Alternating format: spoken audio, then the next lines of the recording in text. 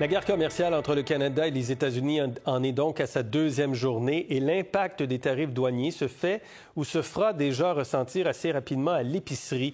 Mais d'abord, je veux vous expliquer un peu ce qui va se passer en présumant que les tarifs douaniers et les contre-tarifs sont appliqués sur une longue période. 25 %, donc c'est les tarifs douaniers, mais ça ne veut pas dire d'un seul coup, parce qu'il y a un tarif douanier de 25 % que tout va coûter 25 % plus cher. Pourquoi? Mais parce que les entreprises, les épiciers, les détaillants vont tenter, dans certains cas, d'absorber partiellement les tarifs. Les tarifs seront partiellement absorbés par certains secteurs de l'économie.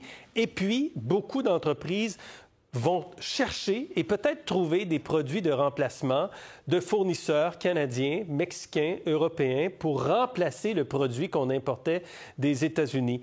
Donc, ça veut dire que la hausse des prix de détail pourrait être bien moins importante que 25 %. Selon le Public Policy Forum, la hausse moyenne des prix, si les tarifs devaient durer quand même quelques mois, pourrait être de 4,1 % en moyenne. Donc, c'est beaucoup moins que le 25 %, mais c'est quand même 4,1 % dans un monde où on vient de connaître une grosse période inflationniste depuis 2022. Ça pourrait affecter beaucoup de consommateurs. Si les tarifs américains et les contre-tarifs canadiens sont maintenus, ça veut donc dire que par personne, ça pourrait coûter dans le panier de consommation, encore là, c'est une grosse moyenne, 1 900 $ de plus sur une année et 1 300 américains du côté américain. Donc, c'est environ 1 900 $ canadiens selon la Chambre de commerce du Canada. De quelle manière ces nouveaux coûts vont se traduire exactement? Bien, l'économiste Trevor Tombe de l'Université de Calgary a fait toutes sortes de calculs en disant, par exemple, que les véhicules utilitaires sport et les camions pourraient augmenter leur prix de 11,5 % cette année en 2025.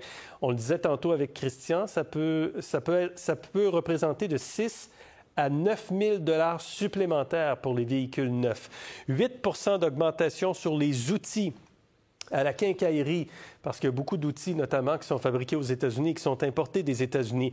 La nourriture pour votre chien et votre chat, pour les animaux, 7,5 %. Déjà que c'est cher, tout ça. 5,5 % pour les aliments, 5 % pour les vêtements, 4,5 % pour les meubles. Je vous disais d'entrée de jeu que les effets des tarifs ne se feront pas ressentir de manière immédiate, mais s'ils sont là pour durer, les vrais premiers impacts, vous allez les ressentir à l'épicerie, puis peut-être dans les prochains jours, parce qu'il y a beaucoup de matières périssables, bien sûr, dans une épicerie, donc on importe à peu près à tous les jours. Il y a des transactions à peu près à tous les jours, et les épiceries n'ont pas nécessairement des grandes quantités à n'en plus finir en inventaire, donc il faut commander en ce moment des produits qui coûtent peut-être plus cher à l'importation en raison des tarifs douaniers ou des contre-tarifs canadiens.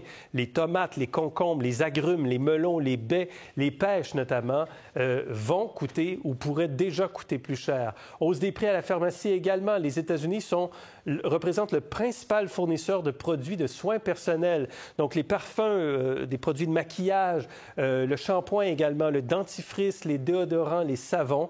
Ce sont des impacts sur des produits concrets de notre quotidien qui pourraient se faire ressentir dans les prochains jours et prochaines semaines. On va poursuivre la discussion tout de suite avec Franck Hainaut, qui est propriétaire de l'Intermarché Boyer à Montréal. Bonjour, bon après-midi. Bonjour Gérald. Est-ce que vous devez déjà, chez vous, payer ces tarifs douaniers sur des produits que vous importez? À l'heure où je vous parle, non. Et ce qui est assez surprenant, c'est que je dirais même que les produits américains, ce matin, sur le marché, étaient relativement attractifs. Alors à ça, il y a deux possibilités. Soit que les grossistes cherchent à écouler leur stock, ou alors ils essayent de contrer un peu en absorbant, comme vous disiez tantôt, une partie de la hausse. Mais c'est quelque chose qui va se faire, je crois, graduellement. On risque de voir l'impact dans les jours à venir, mais, et vous disiez quelque chose tout à l'heure absolument vrai, c'est que nous, personnellement, moi j'achète à ma bannière, qui travaille d'arrache-pied depuis déjà quelques semaines pour justement nous proposer des alternatives, mais majoritairement, j'achète mes produits à des grossistes. Et là, on est confronté comme ce matin, et j'avais une discussion avec mon acheteur, où nombre de produits contenus à la saison ne seraient pas en tablette si on décidait de ne pas acheter les produits américains. J'aurais des tablettes vides ce matin. Ah oui, carrément. Donc ça aussi, il y a quelque chose à laquelle Qu'est-ce que ça veut dire pour les consommateurs, pour les gens qui vont dans votre épicerie dans les prochains jours? Sur certains produits, ils vont voir des prix plus chers? Écoutez, c'est bien évident que quand les prix vont augmenter, on va, comme dans toutes les épiceries, je crois que les prix vont suivre la tendance.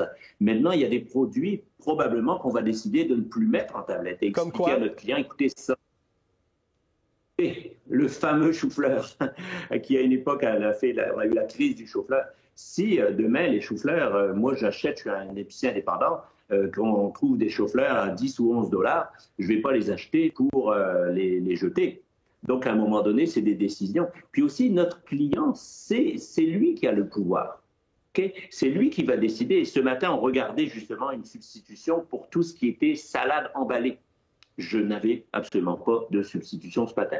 Quelqu'un qui veut une salade déjà emballée, précoupée dans les boîtes, là, ça vient des États-Unis. Bon. Donc, c'est surtout les fruits et les légumes, parce qu'on est quand même en plein hiver. Il y a un petit peu de production en serre ici, mais jamais pour combler tous les besoins. Donc, c'est surtout les fruits et légumes qui seront les plus touchés par les tarifs douaniers, vous pensez? C'est clairement les fruits et légumes qui vont être le plus impactés en ce qui concerne. Ça n'est pas la viande. La viande, on en a au Québec. Les produits d'épicerie sec, on en a des épices. Il n'y a aucun problème avec tout ça. Mais les fruits et légumes, moi, j'achète cet après-midi les fruits et légumes qui vont être livrés demain. Et je peux vous dire qu'à 13 h, les prix ne seront probablement pas les mêmes qu'à 17 h. OK? Donc, ça bouge quasiment à toutes les 4-5 heures. C'est un marché très volatile avec l'offre et la demande. Ouais.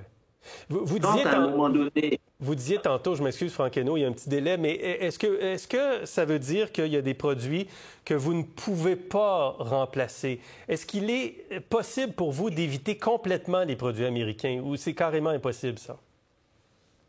Écoutez, c'est encore une fois le consommateur qui va décider, mais à l'heure actuelle, il n'y a pas un épicier au Québec qui peut se passer de produits américains dans les fruits et légumes compte tenu que nous sommes début mars. Si demain, je vais avoir des tablettes vides, je vous parle de céleri ce matin, je vous parle de chou-fleur, je vous parle de tout ce qui est salade emballée. Par contre, vous voyez, ce matin, on a acheté des tomates de serre du Québec qu'on va mettre à 99 cents la livre. On a trouvé des framboises du Mexique extraordinaires, on a trouvé des fraises au Mexique. Bon, ben c'est par nos grossistes. Mais il y a des produits, malheureusement, on les a pas.